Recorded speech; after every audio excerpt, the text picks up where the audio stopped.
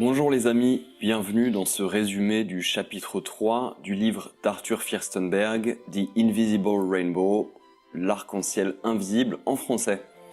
Alors nous continuons aujourd'hui de voyager dans ce passé électrique, oublié et ou totalement méconnu. Alors pour suivre cette saga, n'hésitez pas à vous abonner à la chaîne en cliquant sur la petite cloche aussi, comme ça vous serez averti des nouvelles publications. Allez, perdons pas le temps, chapitre 3, première partie, le chapitre s'appelle « Sensibilité électrique ». Dans une lettre à Benjamin Franklin, le botaniste français Thomas-François Dalibard écrit qu'il en a presque fini avec les expérimentations électriques. Il produit cet écrit au temps de l'électricité statique, pas à celle des courants alternatifs et des ondes radio. Dans sa lettre, il poursuit la description d'un des chocs reçus lui ayant attaqué le système nerveux, ce qui lui produisit des tremblements convulsifs. Dalibard n'était pas le seul dans ce cas. Nous verrons ici une liste tirée du chapitre qui est non exhaustive. Benjamin Wilson en 1752 avec son Treatise on Electricity, un traité sur l'électricité. Il participa particulièrement à rendre l'électricité populaire en Angleterre. Lui se plaignit de multiples troubles inhabituels après ses expériences. Ensuite, nous avons Johann Doppelmayr, qui sortit en 1744 le premier livre en langue allemande dédié à l'électricité. Il fut nommé le premier martyr électrique. Professeur de mathématiques à Nuremberg, il poursuivra avec entêtement ses expérimentations et mourra en 1750 à la suite d'une de ses expériences. Ensuite, nous avons Jean Morin, un professeur de physique au Collège royal de Chartres et auteur en 1748 de nouvelles dissertations sur l'électricité. Il se blessa avec de l'électricité statique. Ce sont ici trois scientifiques qui ont contribué à la naissance de la révolution électrique, sans pour autant jamais n'y avoir participé complètement à cause de ces expériences malheureuses. Même Benjamin Franklin développa une maladie neurologique chronique qui débuta pendant sa période de recherche électrique. Bien qu'il souffrait de la goutte, ce dernier souci l'inquiétait beaucoup plus. Ces réactions ne furent en aucun cas confinées aux scientifiques seulement. Ce qui est aujourd'hui su par quelques rares médecins était universellement connu par les électriciens du XVIIIe siècle et les électrothérapistes du XIXe siècle qui les suivirent. L'électricité avait des effets secondaires et certaines personnes y étaient, et ce de manière difficilement explicable, beaucoup plus sensibles que d'autres. Écoutons Pierre Berthelon, un physicien du Languedoc en 1780. Il y a des personnes sur lesquelles l'électricité fait les plus grandes impressions. Un petit choc, une petite étincelle, même les plus faibles soient-ils, produisent des effets profonds et durables. J'en ai trouvé chez lesquels des opérations électriques fortes ne produisirent aucune sensation du tout. Entre ces deux extrêmes s'insèrent les nombreuses nuances qui correspondent aux diverses individualités que comprend l'espèce humaine. Très peu de scientifiques tentèrent d'expliquer ces différences marquantes. Ces observations étaient simplement reportées comme des faits simples, tout comme on reporte un homme qu'il est gros ou mince. Même l'abbé Nollet, évangéliste zélé de l'électricité, avertit des nuances de sensibilité dès le début de sa campagne. Il écrivit en 1746 que les femmes enceintes particulièrement et les personnes fragiles ne devraient s'y exposer. Aussi, un autre type d'information fut relevé, comme celle du médecin William Stockley en 1749, un habitué des effets collatéraux de l'électricité. Il remarquait en effet qu'après le tremblement de terre du 8 mars 1749 à Londres, certaines personnes avaient ressenti des douleurs articulaires, des rhumatismes, céphalées, maux de dos, troubles nerveux et hystories, exactement comme les effets de l'électrification relevés à cette époque. Il conclut quant à lui que les phénomènes électriques devraient jouer un rôle important dans les tremblements de terre. Revenons à notre grand aventurier Humboldt, déjà mentionné dans le second chapitre. Il remarqua aussi la grande variabilité des sensibilités selon les individus. Le terme actuel de sensibilité électrique, utilisé de nos jours, révèle une vérité, mais cache toutefois une réalité. La vérité est que tout le monde ne conduit ni ne sent l'électricité de la même façon. Si la majorité des gens étaient conscientes de ce vaste spectre de sensibilité, ils auraient raison d'être étonnés tout comme Humboldt le fut, et moi-même, dit l'auteur. La réalité cachée est que l'électricité fait toujours partie de nous et est une parcelle vitale de nos êtres. aussi nécessaires à la vie que l'air et l'eau le sont. Il est autant absurde de penser que l'électricité ne nous affecte pas car nous ne la sentons pas, tout comme il est absurde de penser que notre sang ne circule pas dans nos veines car nous ne le sentons pas réellement. Aujourd'hui, les électrosensibles se plaignent des lignes de tension, des ordinateurs et des téléphones portables. La dose d'énergie électrique déposée dans nos corps par toutes ces technologies sont ô combien plus grandes que ces machines d'antan qu'utilisaient les électriciens du XVIIIe et XIXe siècle. Le téléphone portable moyen dépose environ 0,1 joule d'énergie par seconde. En une heure sont ainsi déposés 360 joules.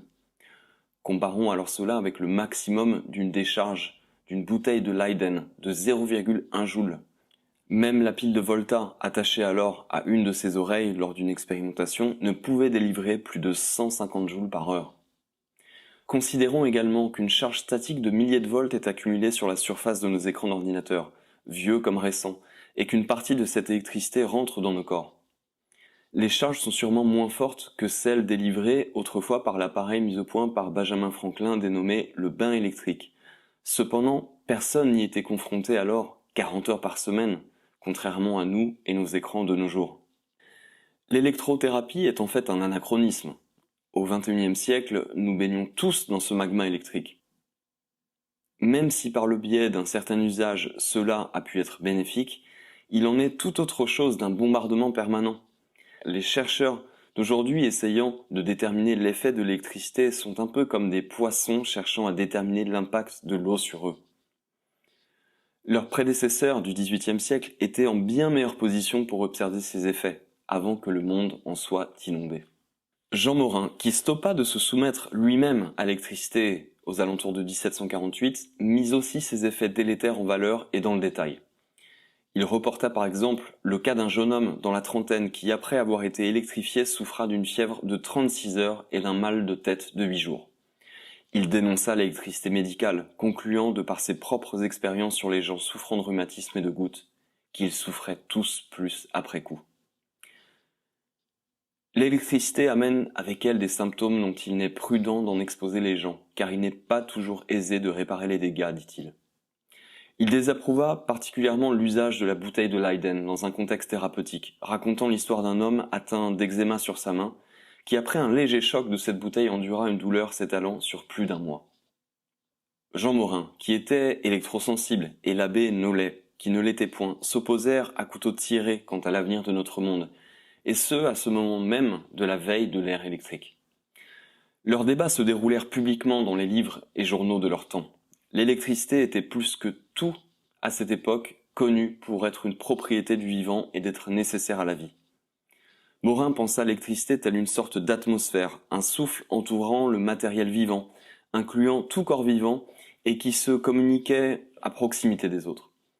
Il était alors apeuré par la notion de l'abbé Nollet, pour qui c'était plus une substance volant d'un endroit à un autre, désormais capturée et pouvant être utilisée et envoyée partout dans le monde à volonté. Ce débat commença en fait dès 1748, soit 2 ans avant la création de la bouteille de Leyden. Comme d'autres prophètes ayant mis en garde au lieu de louer les louanges des nouvelles technologies, Morin n'était pas le scientifique le plus populaire de son époque. On relèvera même un historien moderne traitant Morin de critique pompeux, de gladiateur, s'érigeant contre le visionnaire Nollet. Mais les différences entre les deux hommes concernaient surtout leurs théories et conclusions, pas leurs faits. Car les effets de l'électricité étaient alors connus de tous, et il continua d'en être ainsi jusqu'à la veille du XXe siècle. Passons désormais à un court sous-chapitre de cette 3e partie du livre, qui se nomme « Sensibilité à la météo ». Très intéressant. Contrairement à la sensibilité électrique, l'étude de la sensibilité à la météo des humains remonte à plus de 5000 ans et s'est établie en Mésopotamie et possiblement en Chine et en Égypte. Dans son traité écrit en 400 avant l'ère chrétienne, Heure, eau et lieu, Hippocrate disait que la condition humaine était largement déterminée par le climat de l'endroit où l'on vivait. En fait, cette science appelée biométéorologie renferme un secret de polichinelle. Quelque 30% de la population, peu importe leur origine ethnique, sont sensibles au temps et par conséquent, selon certains manuels, sont électrosensibles. Dès 1958, la Société internationale de biométéorologie à Leiden et un de ses groupes d'études se livrèrent à d'intenses recherches sur le biomagnétisme et la bioélectricité, et ce jusqu'à ce que les compagnies de téléphones portables firent pression pour répudier toute une recherche scientifique bien établie à ce sujet. Nous faisons une grande injustice aux patients électrosensibles quand nous les traitons comme des patients psychiatriques. C'est ce qu'écrivit en 1980 Gad Suleman, un médecin du centre médical universitaire Hadassah à Jérusalem et président de l'unité de bioclimatologie à l'université de médecine. Il étudia 935 patients sensibles à la météo sur une période de 15 ans. Une des découvertes les plus fascinantes fut que plus de 80% de ces patients pouvaient prédire les changements météorologiques 12 à 48 heures avant qu'ils ne se produisent. Suleman écrivit qu'ils étaient tous sensibles aux changements électriques précédant le changement de météo. Ce domaine de la biométéorologie rentra alors en collision avec une sorte de dynamo technologique émergente. Si un tiers de la population est sensible aux courants doux des ions et subtils caprices électromagnétiques de l'atmosphère, qu'en est-il alors des flots incessants d'ions provenant de nos écrans d'ordinateur et de ces tempêtes d'émissions venant de nos téléphones, tours radio et autres lignes électriques? En septembre 2008 à Tokyo, lors du Congrès international de biométéorologie, Hans Richner, professeur à l'Institut fédéral suisse de technologie, délivra ceci en essence. Parce que les téléphones portables ne sont pas dangereux, et parce que leurs champs électromagnétiques sont beaucoup plus forts que ceux de l'atmosphère, les décennies de recherche se sont trompées et les biométéorologistes devraient s'arrêter d'étudier les interactions entre les humains et les champs électriques. En d'autres termes, ce qu'il disait, c'est que puisque nous utilisons tous des téléphones et que nous les pensons sécures, alors tous les effets de simples champs atmosphériques sur les plantes, animaux et humains observés dans des centaines de laboratoires n'auraient pu se produire.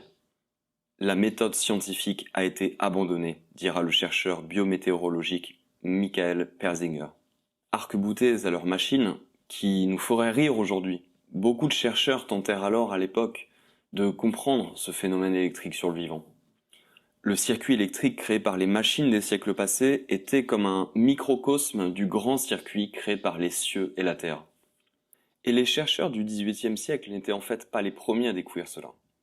Le modèle chinois, formulé dans le classique de médecine interne de l'empereur jaune, écrit au IVe siècle avant Jésus-Christ, est similaire. En fait, si l'on comprend le qi comme électricité, et le yin et le yang comme le négatif et le positif, le langage est alors identique. Je cite, « Le yang forme les cieux et le yin forme la terre. Le qi de la terre monte et se transforme en nuage, pendant que le qi des cieux descend et se transforme en pluie. » Lord Byron, Christophe Colomb, Dante, Charles Darwin, Benjamin Franklin, Goethe, Victor Hugo, Leonardo da Vinci, Martin Luther, Michelangelo, Mozart, Napoléon, Rousseau et Voltaire sont parmi ces individualités connues qui sont des météosensitifs et par conséquent des électrosensibles. Merci d'avoir suivi cette troisième partie. Pour connaître la suite, je réitère ce que j'annonçais au début de ce podcast. Abonnez-vous, cliquez sur la petite cloche. Alors dans le chapitre 4, nous verrons dans quel contexte la pile d'Alessandro Volta, donc le volt vient de son nom. Donc dans quel contexte en fait cette pile fit son apparition, ainsi que la dichotomie des visions sur l'électricité et le vivant au XVIIIe siècle. Voilà, ce sera la dernière partie consacrée à ça. Ensuite, je voulais vous dire que le résumé du chapitre 4 sera court et nous passerons alors au chapitre 5 qui va être gratiné parce qu'on commencera à traiter des observations de maladies chroniques déjà observées au XIXe siècle, notamment dans le cadre de l'arrivée du télégraphe. Aussi, je me permets rapidement de vous rappeler l'importance capitale de ce livre. Au fur et à mesure des chapitres, vous prendrez conscience de l'ampleur des conséquences sur le vivant de cette substance électrique, tout du moins de la manière dont nous l'utilisons actuellement, ou devrait-on dire telle que l'on l'a fait utiliser en fait. Voilà. Allez, bonne journée, bonne soirée et prenez soin de vous. Ciao ciao.